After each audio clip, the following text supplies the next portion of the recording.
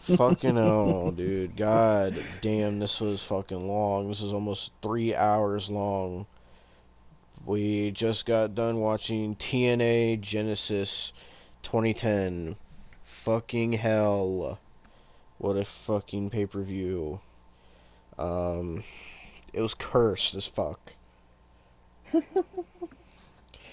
It was, yes. So, if you're wondering why we're reviewing Genesis before the next Impact, because that's, for some reason, they scheduled a pay-per-view the first 2 weeks into the year. I don't know why they did it this way, but fucking TNA, that's why. And so this was the first pay-per-view under the Hogan Bischoff era.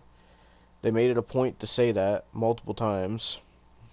Um, so naturally the show starts off with Hulk Hogan and Eric Bischoff, and they come out and they fucking show Brooke Hogan sitting at ringside, and Hulk Hogan Because, of course. and Eric Bischoff start cutting a promo, and Hulk Hogan's like, "Oh, welcome to Genesis," and all this shit, saying it's gonna be a great show. And so one thing to note is this was the first time, I think, the first time in TNA where they had switched to the square ring, because Hulk Hogan wanted to change it from the six-sided ring to square ring.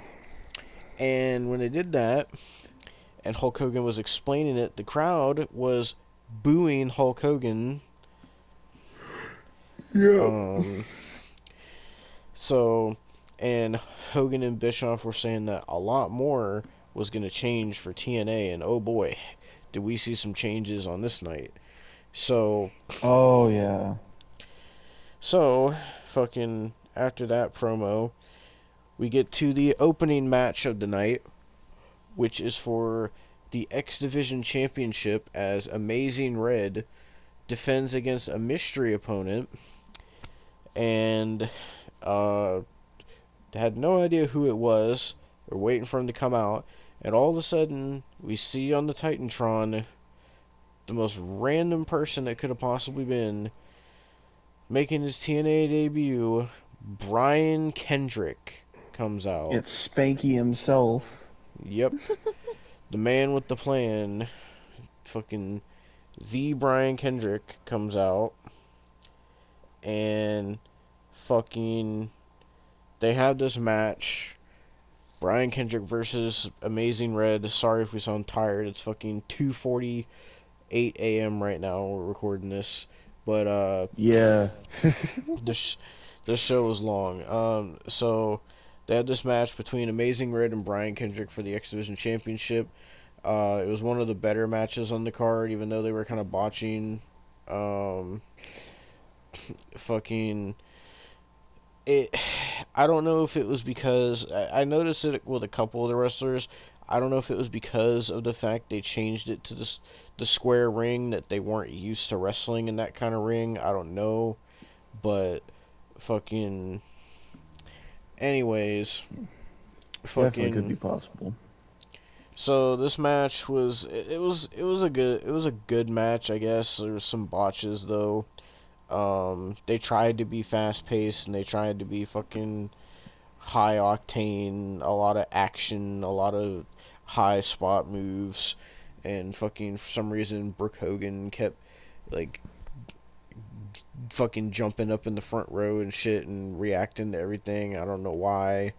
And um fucking in the end, the Amazing Red hit the Code Red and pinned Brian Kendrick 1, 2, 3, and Amazing Red retains the X Division Championship, and that was pretty much the opening match. It wasn't anything too crazy. But what we do got to talk about, and this is probably what we're going to talk about the longest, because oh my god, what the fuck, bro. So Oh. to explain this match was not even on the card. It was not advertised. It was not promoted. Nothing. Nothing. Absolutely fuck all. This match had one promo that we Yep. seen, and that was the entire build. This match was one of the longest matches on the show. This match was Sean Morley versus Christopher Daniels. So, Sean Morley comes out first, pretty much in his Val Venus gear. He's literally just Val Venus, just with a different name. That's his whole gimmick. And he can't say hello, ladies, so now he says, ladies, I'm here. Oh, don't forget he put his towel around Brooke Hogan and Yeah. she like danced with it because she's also a sexual pervert apparently. So, Sean Morley comes out, starts cutting this promo, talking about hello, ladies, I'm here, whatever the fuck he said, and then he starts talking about how this match he's about to have is gonna be his his debut film of the TNA Films studio or whatever, and he said it's going to be a full frontal film and is making a lot of sexual innuendos, and he was like doing this real creepy laugh, and what is this gimmick, man? What is this gimmick?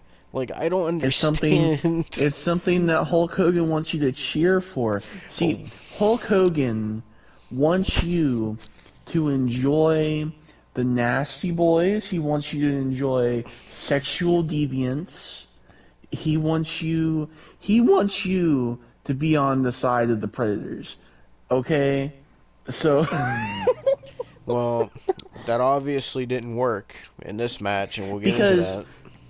Because Hulk Hogan thinks that Sean Morley was Big Pimpin', alright?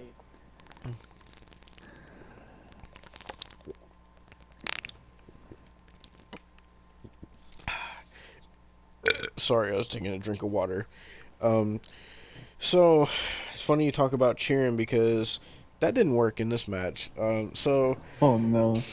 Like I said, I don't know what this gimmick is supposed to be for Sean Morley, but you could tell right off the bat, it's not working at all. It is absolutely not working for some reason. Now, I can't explain to you why. The gimmick is stupid, but I can't explain to you why. The crowd hates Sean Morley. Like, oh my god. They hate Sean Morley so much. It's worse than Roman Reigns' heat. Like, it's worse than, like, 2015 prime Roman Reigns' heat. That's how bad it is. So keep in mind, he cuts this promo. He's getting booed. He's supposed to be the face, right? He's supposed to be the baby face. So then Christopher Daniels comes out, and he starts cutting a promo about how, this isn't about, you're talking about movies and this and that. This is, TNA is about wrestling, and I'm here to show you all about wrestling. And the crowd starts chanting Fallen Angel, and they're chanting for Christopher Daniels, and Christopher Daniels is trying his damnedest to turn this back around, and he's shitting on the crowd, and he's like, oh, I wasn't talking to you, you all need to shut up when I'm talking, and he's like disrespecting them. And so he gets in the ring, right, and they start this match, and the crowd is just chanting Fallen Angel, let's go Daniels. And anytime Sean Morley would start getting any offense, they would say, fuck you, Morley. Shut the fuck up. I don't know why. I can't tell you. I don't know. I do want to point out this fan. He was wearing a purple suit and he had a yellow tie. If you ever go back and watch this or whatever, pay attention to this fan because he has to be the most passionate hater of Sean Morley I Yeah, have ever fucking seen. Like, he yeah, almost jumped the fucking guardrail multiple times. yeah. Everybody in the front row, like on the hard cam, like they absolutely disdain Sean Morley. I don't know. I don't know what this man did to piss these people off, but whatever pissed them off, it pissed them off, and they were relentless towards Sean Morley. Anytime he got I offense, don't they were booing him. Anytime Christopher Daniels did anything, he was getting cheered so loudly. I was like, what the fuck is going on?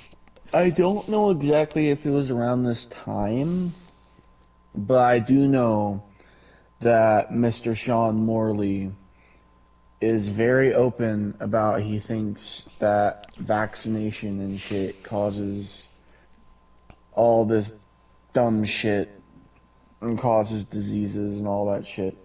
So I don't know, maybe his political beliefs could have been a possibility of why people hate him. I don't fucking know. Or maybe he's just because he is fucking Sean Morley. I don't fucking know. But I mean, I'm just trying to make sense out of it. I think that's my thing. I'm trying to make sense out of it.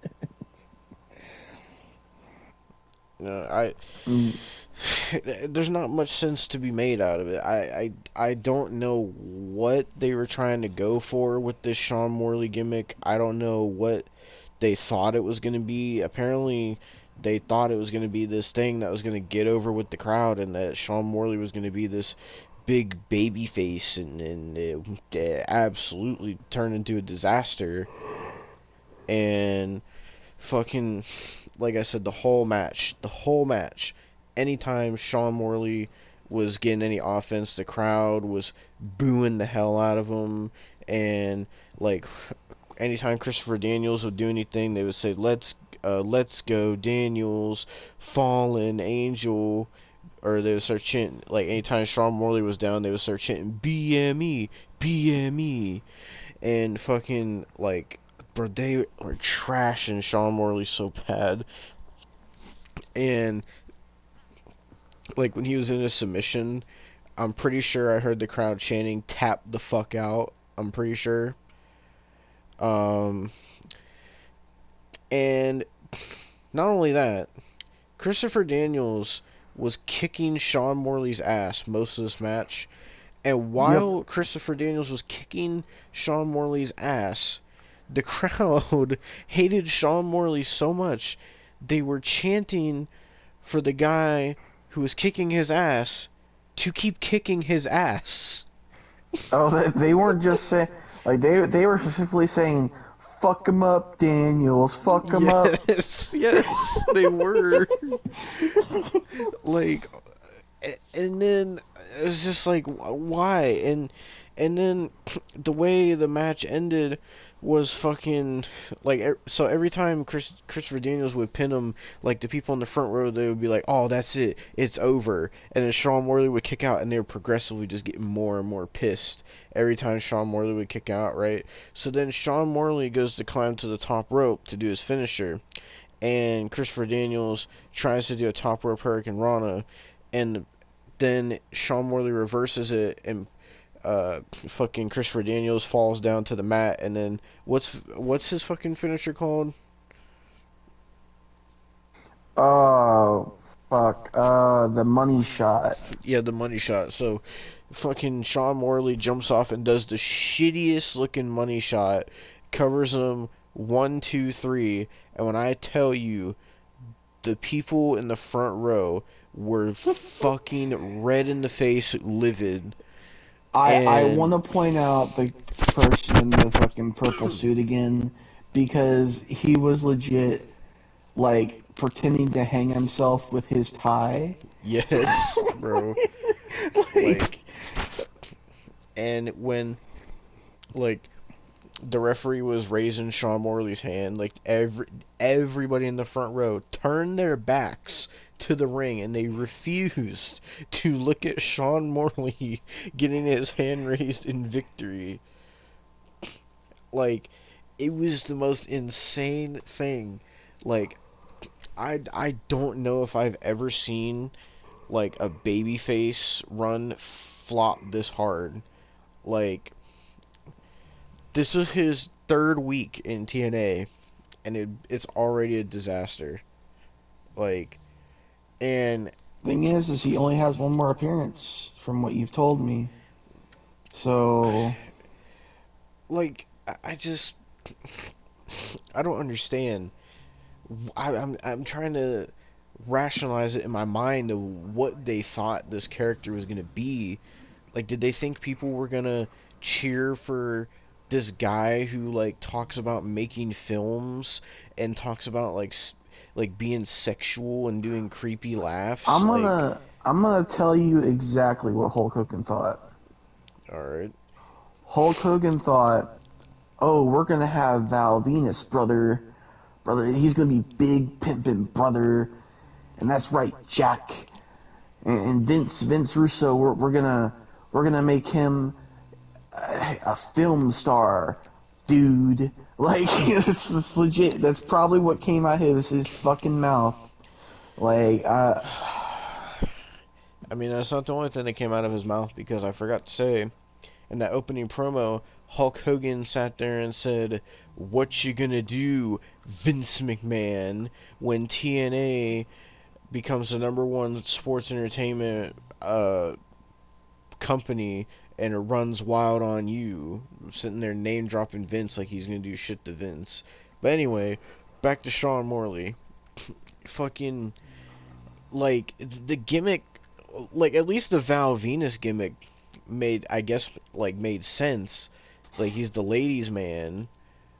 But what is this, like, oh, I'm gonna be a filmmaker, and, like, what is this? I think what they were trying to go for is like Val Venus's original gimmick was that he was just a porn star. Like that was just his fucking gimmick.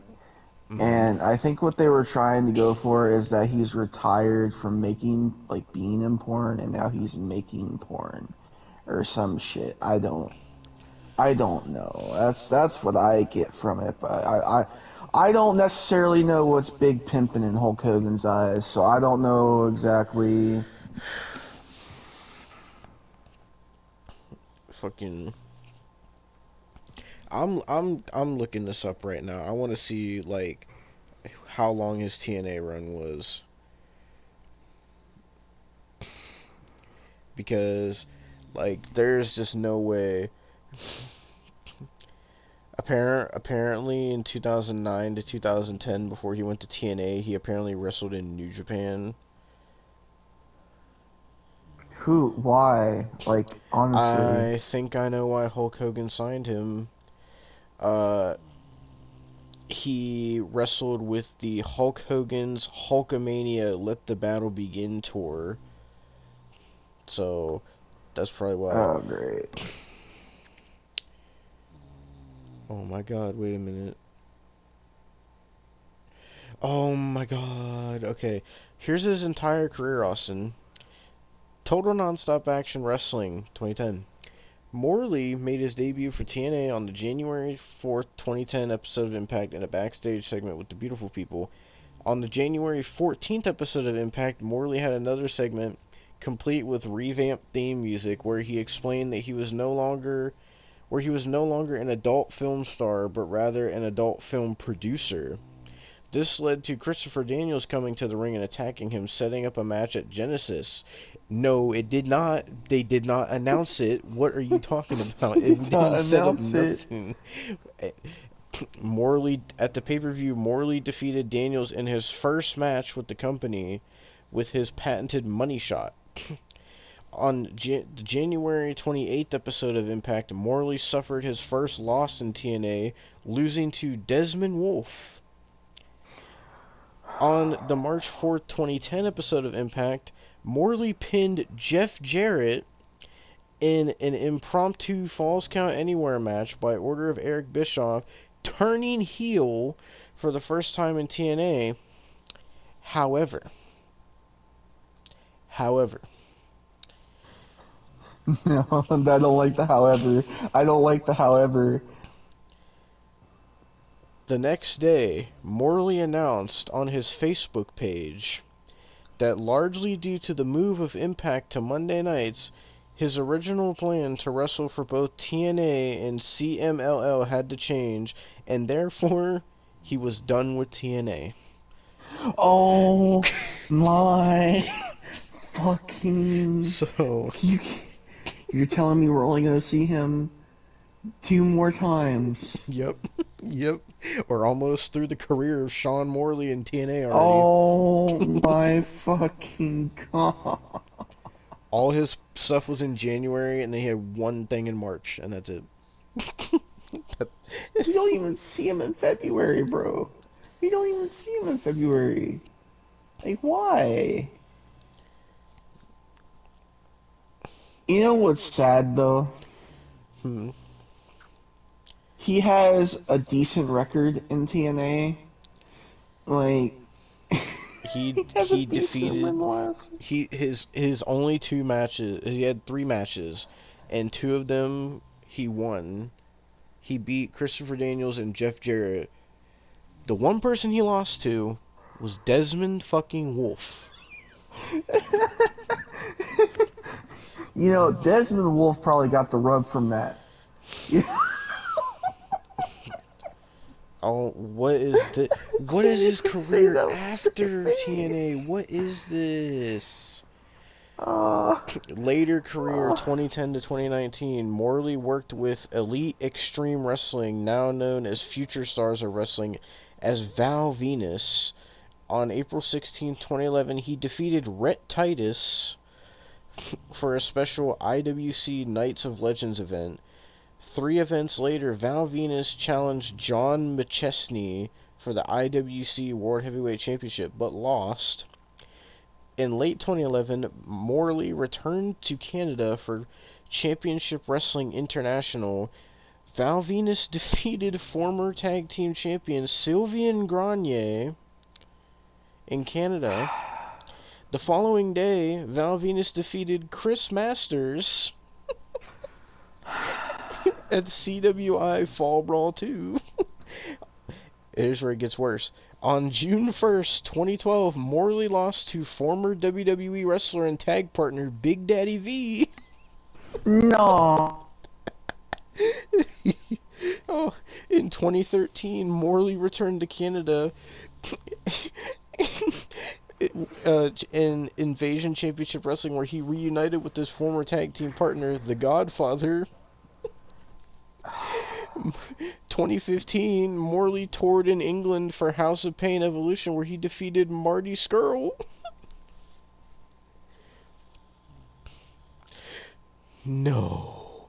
No. His last match, 2019, No. Morley teamed with Joey Ryan and How did I know? Sexy Eddie, but Austin, they lost. They lost to Scarlett Bordeaux, Priscilla Kelly, and Session Moth Martina. They fucking lost. That was his last match ever. That was the last time Val Venus wrestled a match. I can't. That was I his can't. retirement match. Like,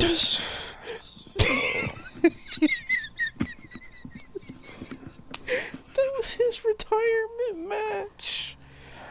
How do you lose? What? What? What? I don't even know what to say. that is the epitome of a failed career. What Right is there. this section? Personal life. Morley speaks Spanish, which he learned during the time he spent in Lucha Libre.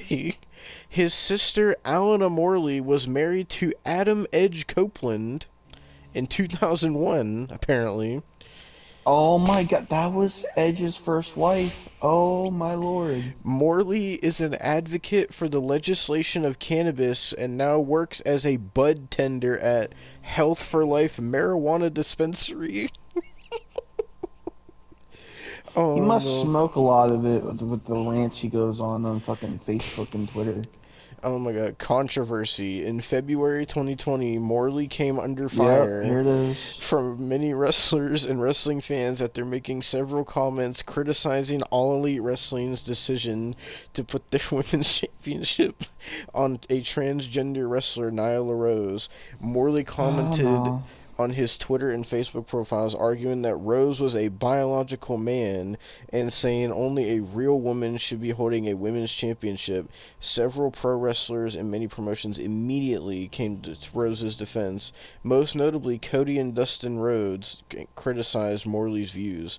Morley has been known to express libertarian political beliefs and to be a believer in canon conspiracy theories. On his YouTube channel called Top Shelf Anarchy, he advocates for anarchy and claims that the government is a criminal organization. His channel Yeah. features several videos of Morley attempting to film. No. Morley Mhm. attempting to film in facilities that prohibit video recording and the resulting confrontations with security and law enforcement, a practice described by practitioners as First Amendment audits. In January 2021, Morley was temporarily banned from Twitter. What? Yep. What? Yep. Wait, Yep. what? Mm-hmm. Morley was temporarily banned from Twitter for violating their child sexual exploitation policy Yep. after Mm-hmm. posting a photo which he claimed showed Hunter Biden having sex with Malia Obama. What the fuck, Sean Morley? Yep. Yep. You didn't know about all this? You No, didn't know. I knew Eh, about the eh, Nyla Rose stuff, but not the fucking child exploitation shit. oh, it gets worse. It gets worse, man. Well, that's all it says on here, so why does it get worse? Oh, because at the same time that that was going on, he was also one of those people that believed fucking COVID was controlled by the fucking satellites. Oh my god. It's going on rants. He was saying, and I quote, by the way, COVID started when, like, we're gonna go back and say that because COVID started when Trump was in fucking presidency, by the way. But he fucking was stating that Joe Biden and his family created these satellites to start COVID in order to get elected as presidents Oh of the my United god. States. Oh my god. Well, Oh, fucking. That's the career of Sean Morley, as at least of this article. That says the last time it was updated was May 2019. Let me make sure that's his last match.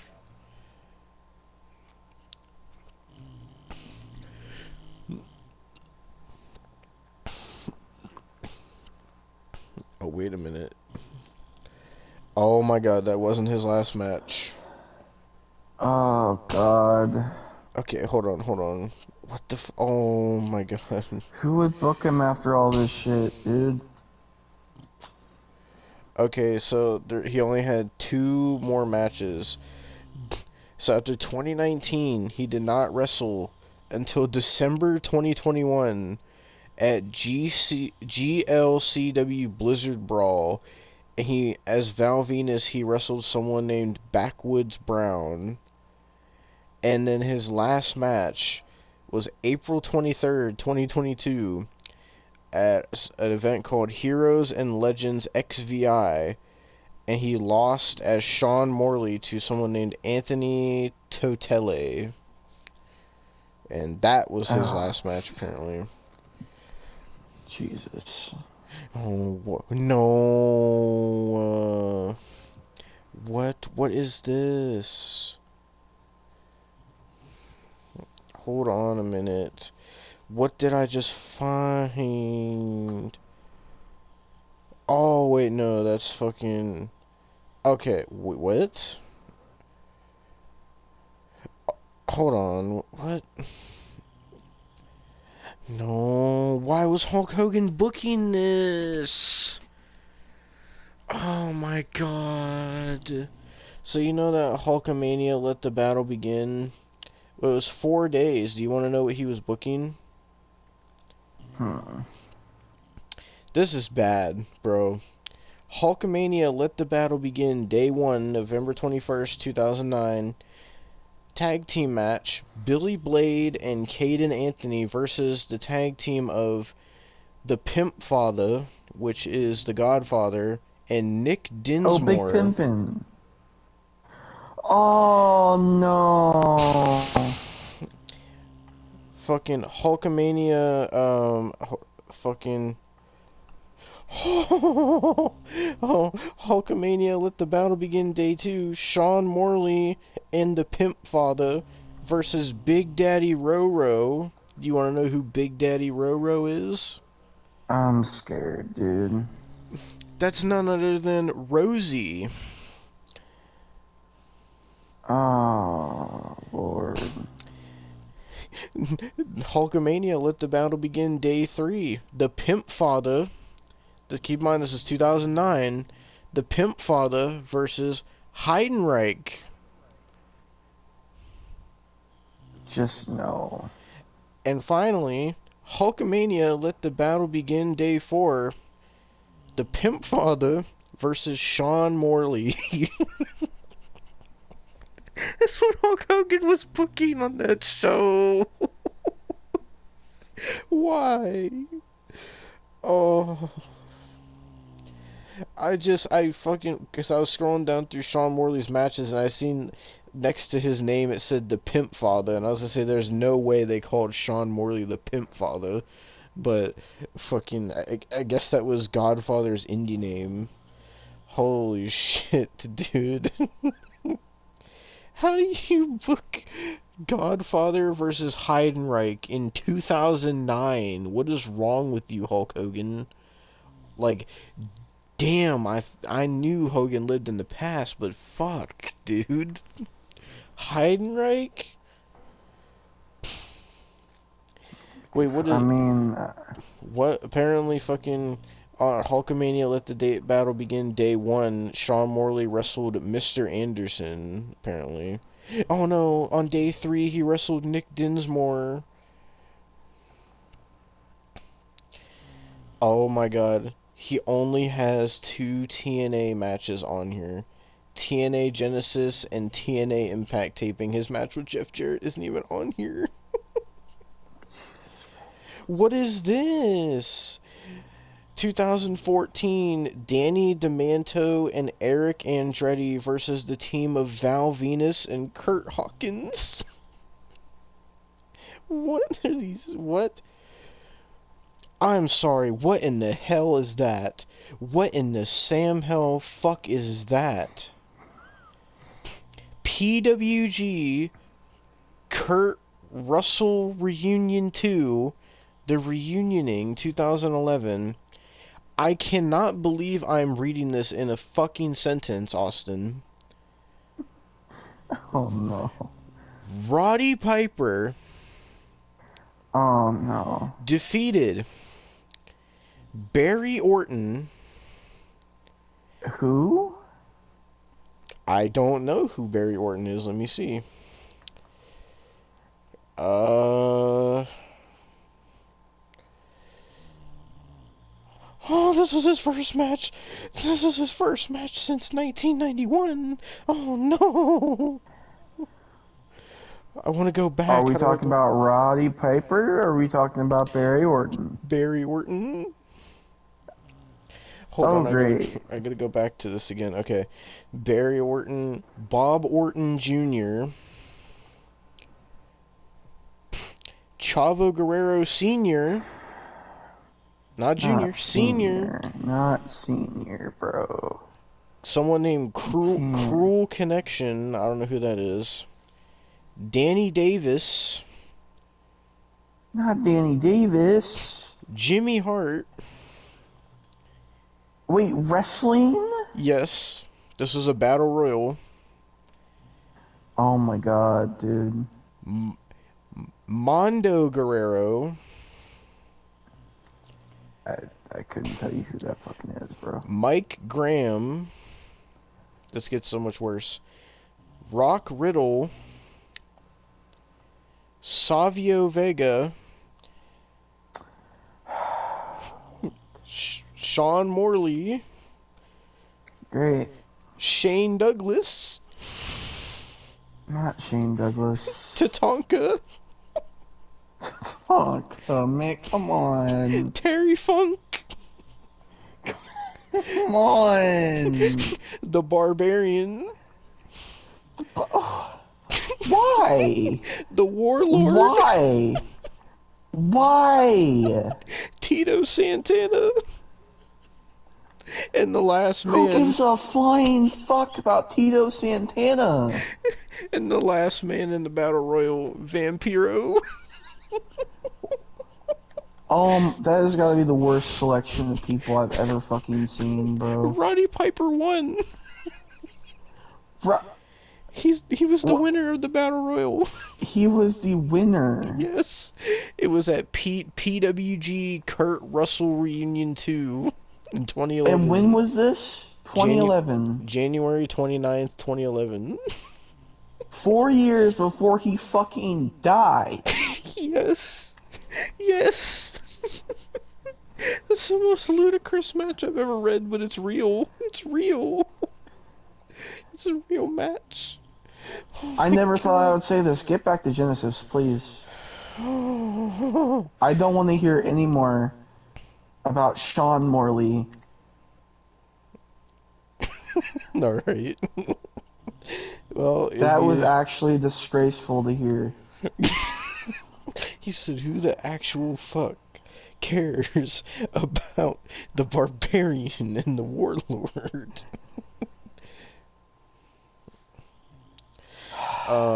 Okay, well, that was the Sean Morley segment.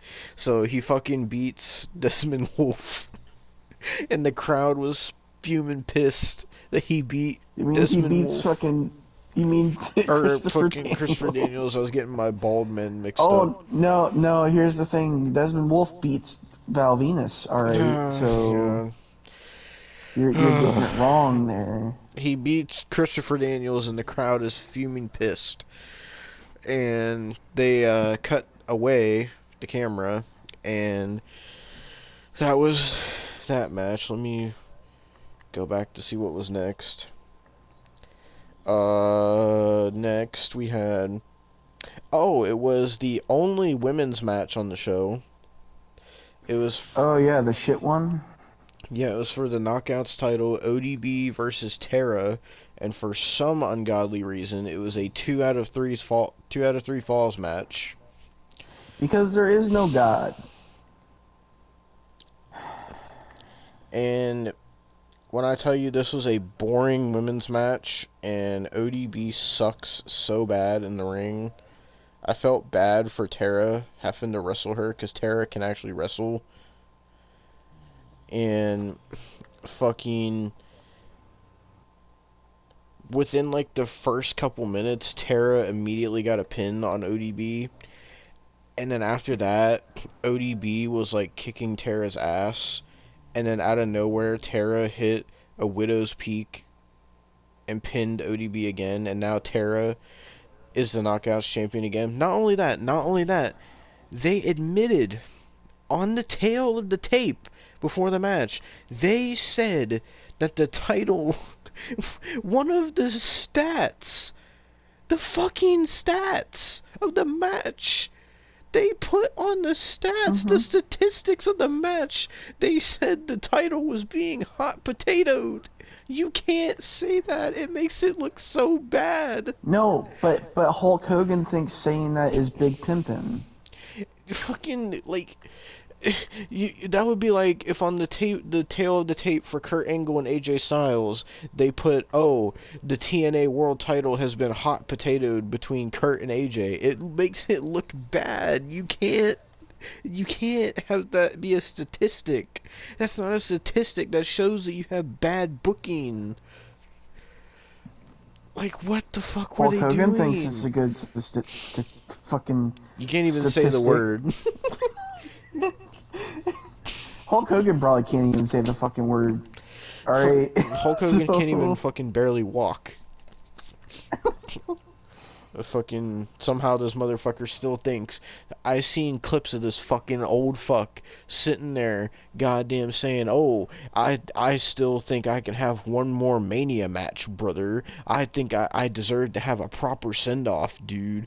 I want to have a match at WrestleMania 40, brother. I want to, there was plans for WrestleMania whatever, WrestleMania 35." That I was supposed to wrestle Vince McMahon in the main event. Yeah, okay. He said that, bro, by the way. he said, yeah, that'd be a terrible main event.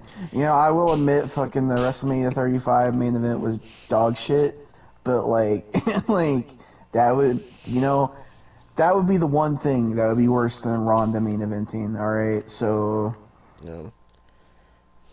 So after Tara fucking wins the title, we fucking get this backstage segment with Christy Hemme interviewing the Pope, D'Angelo De Niro, and she's asking him what his thoughts are about facing Desmond Wolfe, and pretty much he just says that he's gonna kick Desmond Wolfe's ass. oh no no no no no And no what was he saying about the no, hang pimpin' on. shit that you're so hype about? Yeah, yeah. So this is my new saying. Thanks to the Pope. Fucking, he was talking about like basically she was asking how he was feeling after that and how he was feeling about the match, and he said, "Oh, Christy, I'm big pimping right now. I'm gonna." Jesus Christ.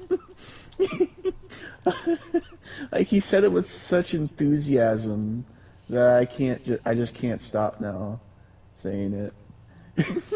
Yeah. It's gonna be my new thing. Big So pimpin' Pope.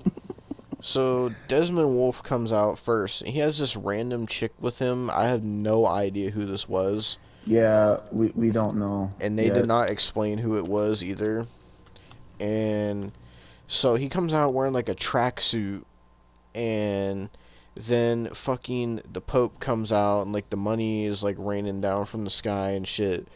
And so they're both in the ring, and before the match starts, Desmond Wolfe does this like weird thing where he like starts posing, and his like chick comes over and like takes his pants off for him, and he's wearing like these ugly ass fucking gray tights that says Desmond Wolfe on it.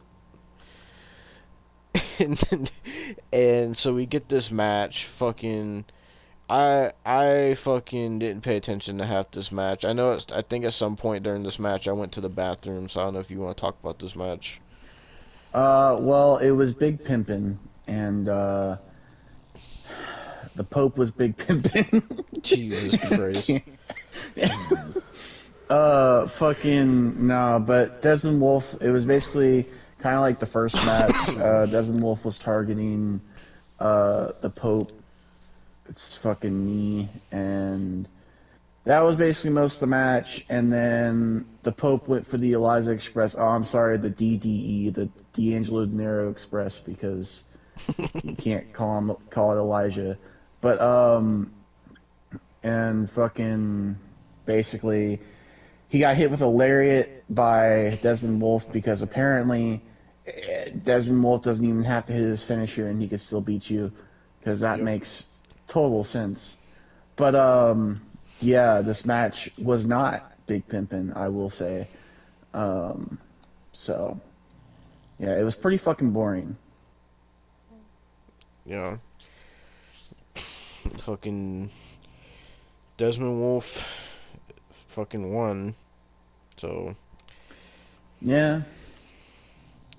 What but was after that? oh, what was after that? Well, oh boy, we had the first of two tag team matches on this show, and one of the most ludicrous decisions I've ever seen.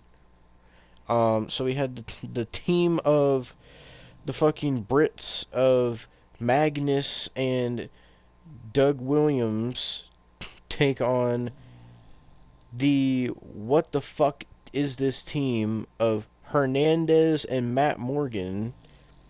And you heard me say in the Impact reviews, like, this is such a random fucking team. Why are they a team? Well, now I have even more questions than answers, because in this match, I guess basically the whole point of this match was Hulk Hogan said that the Brits or whatever couldn't have any more advantages or whatever. Uh, Apparently this has been an ongoing feud from before 2010, and fucking so we get this tag team match. It was an alright tag match, but we come to find out that fucking Doug Williams at some point won the X Division title, so I don't know when that's gonna happen. Oh, he didn't just win the X Division title.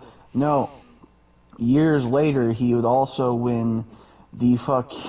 He would also win the NWA Tag Team Champions by himself from JTG and Dirty Dango. And if you don't know who Dirty Dango is, it's Mr. Fandango. Yep. So, because why not? But this match, it was a decent tag match. For some reason, Matt Morgan and Hernandez were so fucking over with the crowd, and I don't know why. I'm assuming this is the type of reaction that they wanted for Sean Morley, but fucking Matt Morgan and Hernandez, of all people, got this reaction. And so real quick, Austin, they were calling Hernandez the Supermex. Can you explain to people why they're calling him Supermex? yeah, it's because Dixie Carter for years thought it'd be Big Pimpin to have Mexican representation. So she constantly latched on to fucking Hernandez and said, oh, he should be this big star because, you know, he's a Latino. He's Mexican. Like, that's basically what Dixie Carter was saying to fucking... And Jim Cornette can back this up because he's talked about this and shit in the past. And, like, Vince Russo, like, just agreed with her for some fucking reason. Jesus And then, Christ, man. goddamn, Hulk Hogan kind of went with, like, didn't really go with it fully. So that's why he's just a tag champ. But she wanted that man to beat fucking, goddamn Samoa Joe at one point when he was fucking undefeated. Like, that's how fucking hard she was pushing Hernandez. Well, speaking of pushing them, I guess we could talk about how fucking Hernandez and Matt Morgan sat here and won the tag team championships on this show. So there's that, because I was telling Austin, I'm like, you know, you got all these teams on Impact. You got Motor City Machine Guns, you got fucking Beer Money, you got the band, you got fucking the Nasty Boys, you got Team 3D, you got fucking, for Christ's sake, you got Generation Me that debuted on the last episode. Can't believe I'm even saying that. But why Hernandez and Matt Morgan is such a simulated universe team? Like, I will tell you why. okay. Because they're Big Pimpin'. Well, I guess they were, You should have saw that coming. because they won the tag team titles. So, and the crowd fucking exploded when they won too. Like, they got probably the biggest pop of the night, honestly. Yeah. Like, So Matt Morgan and Hernandez are the new TNA Tag Team Champions because why the fuck not? So So what was next, fucking next?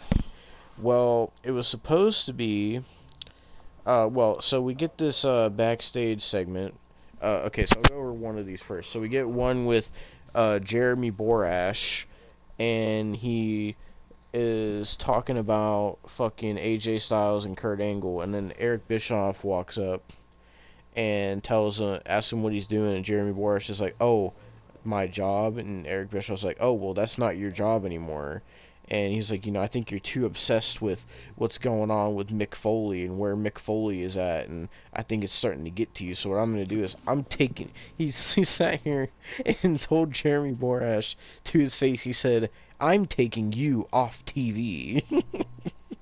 And fucking Jeremy Borash just looks so confused, and Eric Bischoff just has him walk away, and then Christy Hemme walks up, and you could tell Eric Bischoff was simping for Christy Hemme, and so Christy Hemme, it looks like she's gonna interview Eric Bischoff, and then Ric Flair walks up, and then Eric Bischoff walks away, and then Christy Hemme starts asking Ric Flair like, "Oh, what are you doing here in TNA, and whatever?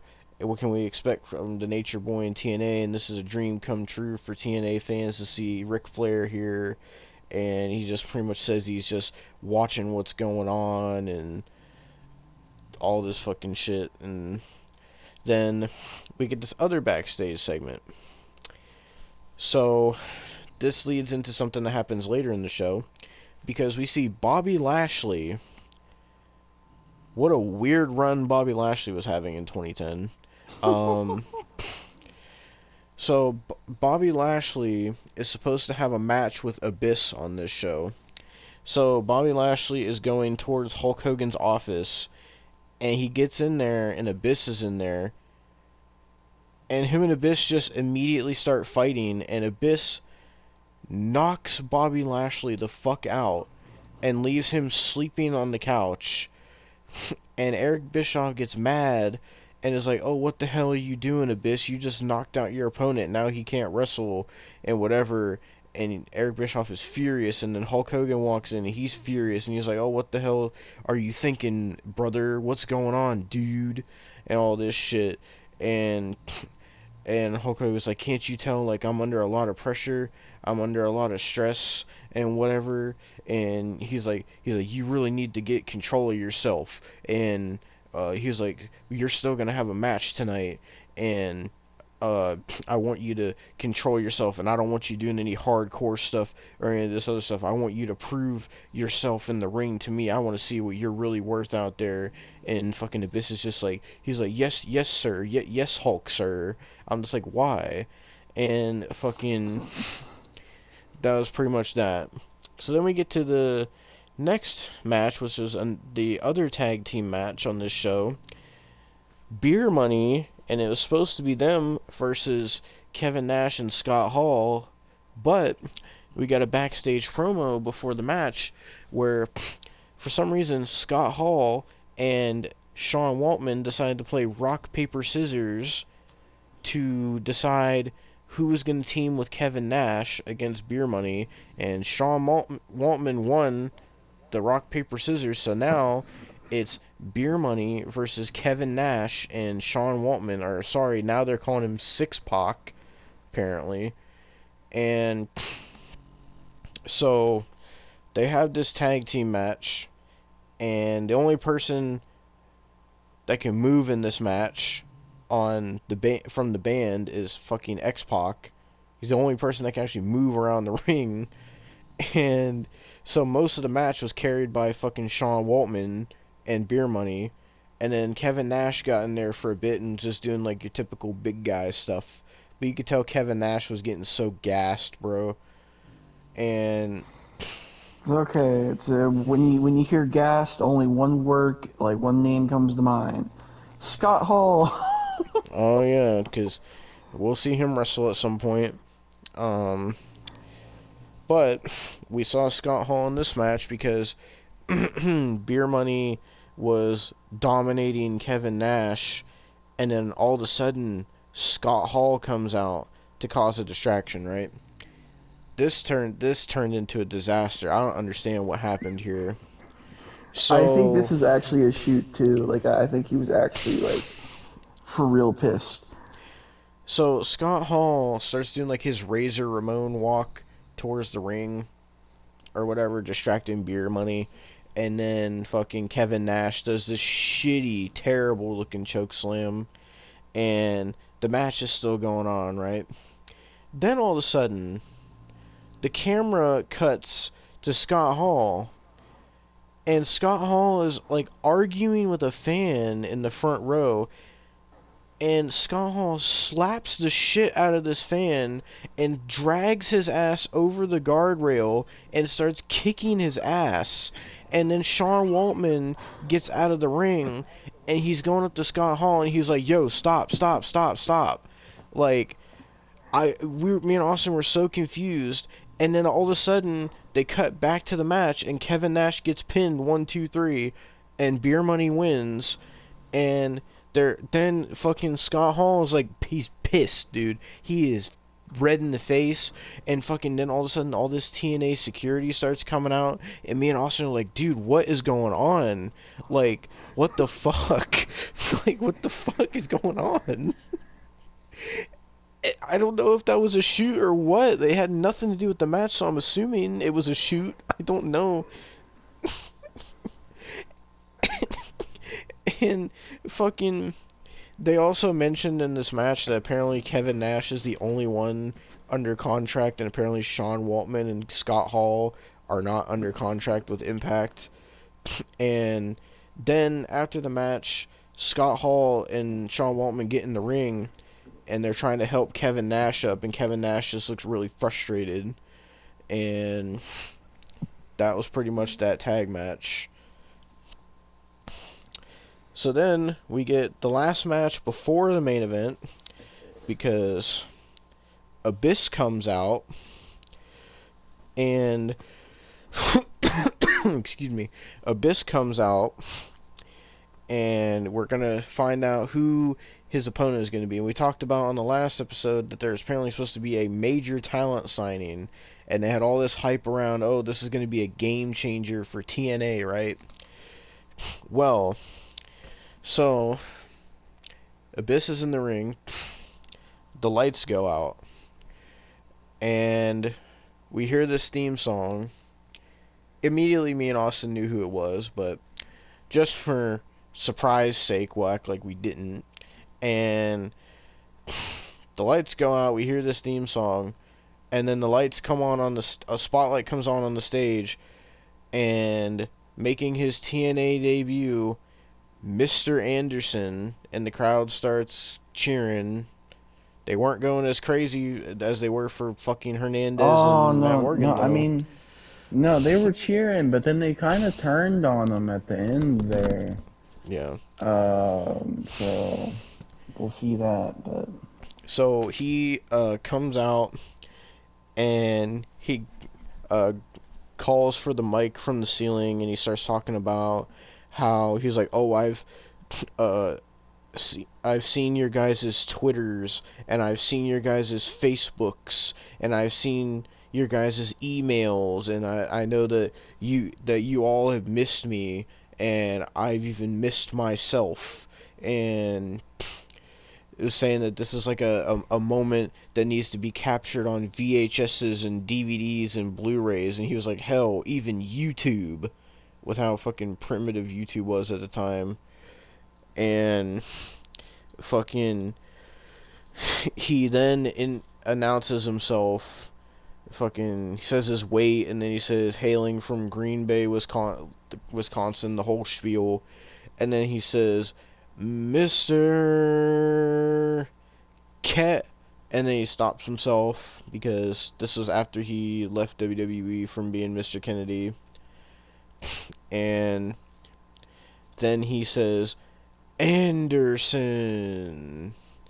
So now he's Mr. Anderson, and he comes down to the ring and has this match with Abyss, and it was an alright match. Fucking, they were kind of the crowd kind of really turned on Mr. Anderson. Like when he started wrestling, they started chanting overrated towards him, and he started acting like a heel, and the crowd was just really booing him. And him and Abyss had a decent match. It was one of the better matches on the show. Um, Yeah. and then Mr. Anderson kept kicking out of everything Abyss was doing to him, and then Abyss like went outside and grabbed a chair, and like the whole thing was that Abyss was supposed to try to control himself and not use weapons or whatever, and then he gets in the ring and starts acting conflicted with himself, and the referee takes the chair, and while he's doing this, Mr. Anderson fucking reaches down and like he looks like he's touching his dick and shit, and he pulls out a fucking pair of brass knuckles and punches Abyss in the face, and then puts the brass knuckles back in his fucking trunks, pins Abyss 1, 2, 3, and Mr. Anderson wins his debut match in TNA. And he would be in TNA for like 4 years, maybe. He I wasn't think there so, like yeah. he wasn't there like a long ass time. I know he at one point was, because we watched one of the 2013 episodes or 2012, whichever one it was, 2011, and he was fucking the TNA champion, so he won it at some point. Uh, Yeah. I will say, like, now he's slimming it up in NWA. oh So, Jesus. But yeah, so that was their big major talent acquisition. The TNA signed Brian Kendrick and Mr. Kennedy because why not? I mean, I guess they're better signings than the Nasty Boys, I guess, but now Hulk Hogan would beg to differ, alright? well, the Spike executives would beg to differ because they're the ones that fired the Nasty Boys. So, but so now we get to the main event of Genesis. Kurt Angle versus AJ Styles again for the TNA World Heavyweight Championship. They already gave this match away 2 weeks prior, and on the last episode, we've seen AJ defend against Tomko. Now this is his third title match in a row, and I'm just like, why? And this was the match they built up the most. At the beginning of the pay-per-view, they had a whole fucking promo thing about Kurt Angle and AJ Styles. They had a promo thing for this where they had like fucking Mike Tenay and Taz and Kurt Angle and AJ Styles doing like these interview segments and shit. And they were really honing in on the fact that, oh, Hulk Hogan says that they're the two best wrestlers on the planet. Hulk Hogan says, Hulk Yep. Hogan says, Hulk Hogan says. They really kept honing Because in on that. because I'm big pimpin' Jack. Alright. Well, even one of the stats for the matches was, it said some shit like, oh, Hulk Hogan like demanded that they do this match again or some shit like that on the tail of the tape thing. And so then Kurt Angle comes out first, and he makes his way to the ring, and then AJ Styles comes out, and then we get this match. And I mean, it was mostly the same stuff we saw in the last Kurt Angle AJ match, except this match went almost 40 minutes for some reason. It was like 30 something minutes, almost 40 minutes, and goddamn, it felt long, bro. Like this pay-per-view, like once we got past the halfway point, it started feeling like it was dragging on. Excuse me. And so, I mean, it not. I'm not saying it was a bad match because I don't think Kurt Angle and AJ Styles can put on a bad match, but it was just more of the same from what we've seen in the previous match. And at one point, Ric Flair came out and was doing the same thing he did last time, just like watching. And Kurt tried to do a moonsault at one point. He didn't get it, and then he did a super angle slam to AJ. AJ kicked out. Fucking traded finishers. Kurt did an ankle lock at the end, and fucking AJ was gonna tap out, and then Ric Flair pulls Earl Hebner out of the ring, and everybody's looking shocked, like, what's going on?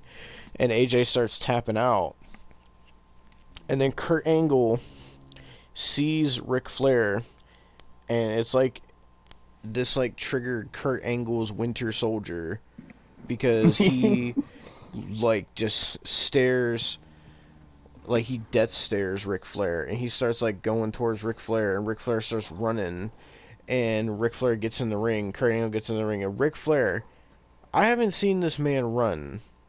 Ric Flair got his ass out of the ring when Kurt Angle was coming after him, and then AJ starts beating up Kurt Angle, and then Ric Flair takes his shirt off, then he grabs the TNA title and hands it to AJ Styles, and is telling him, hit him now, now, now. Do it, AJ, do it. And fucking AJ is holding the title, and he's looking conflicted at first, and the crowd is like confused what was going on, and then AJ like starts smirking, and he blasts Kurt Angle in the face with the title, and then he throws the title out of the ring, and Ric Flair puts Earl Hebner in the ring, and Earl Hebner counts 1, 2, 3. AJ Styles defeats Kurt Angle, and also the whole thing with this match was if Kurt Angle lost, he wouldn't be able to challenge for the TNA title anymore in 2010. So, yeah, he lost. And so Ric Flair gets in the ring, and him and AJ Styles start celebrating together, and AJ Styles has officially turned heel. Yep, And, we get Nature Boy AJ Styles. yep, and this is the beginning of it. And the show goes off the air with AJ and Ric Flair celebrating, and AJ saying, "Oh, it's all about me. It's all about Ric Flair. It's all about the TNA title. I'm the champion of the world." And that's pretty much how Genesis goes off the air. So that Yep. was TNA Genesis 2010. Overall Now, Devon, thoughts? Oh, go ahead. I need to ask, was it Big Pimpin'? Honestly, no, not really. Like, for the first pay-per-view of the Hogan Bischoff era, it it had some good matches, but the disasters on this show kind of outweighed the good matches, and just the amount of Hulk Hogan on this show kind of pissed me off, and just just everything that happened on this show was just kind of bad. Like, even the good matches, all the good matches had bad things in them. They either had botches, or they had fucking like disasters when it came to like the reactions that they wanted versus the reactions that they got, or fucking like just shit like that. Like, it just really seemed like it has this vibe of like they're trying to make this thing a new era, but it seems like it's coming off as like Hogan and Bischoff don't really know what they're doing, and they're kind of just saying fuck it and just doing whatever just because they can. That's how it's coming off. It's not coming off like they actually Yeah. have an idea of what the fuck they're trying to do, and it's more of just so like, oh, I like this dude, brother. Let's try to get him over. Let's put him in there with fucking like, for example, oh, this Sean Morley dude, brother. He's a spry young talent. Let's put him in with the TNA veteran Christopher Daniels, dude, and try to get him over. Like, it's that type of shit. Like, I just don't get it. But that's Hulk Hogan for you. So, dude never fucking knows who Yeah. he's talking about. Any fucking lies. I do want to see something real quick before we end this. I just gotta see, because that's gonna be funny. Okay, he's that age.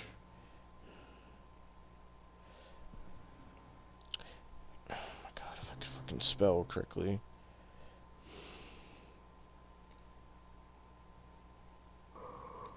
God. Oh my god. Fucking, I looked it up, and Christopher Daniels and Sean Morley are the same age. Oh, Jesus. So, there ain't no spry young talent there. Oh, did you know fucking that Christopher Daniels is from Kalamazoo, Michigan? I did not know that. Where's Sean Morley from? Oakville, Canada.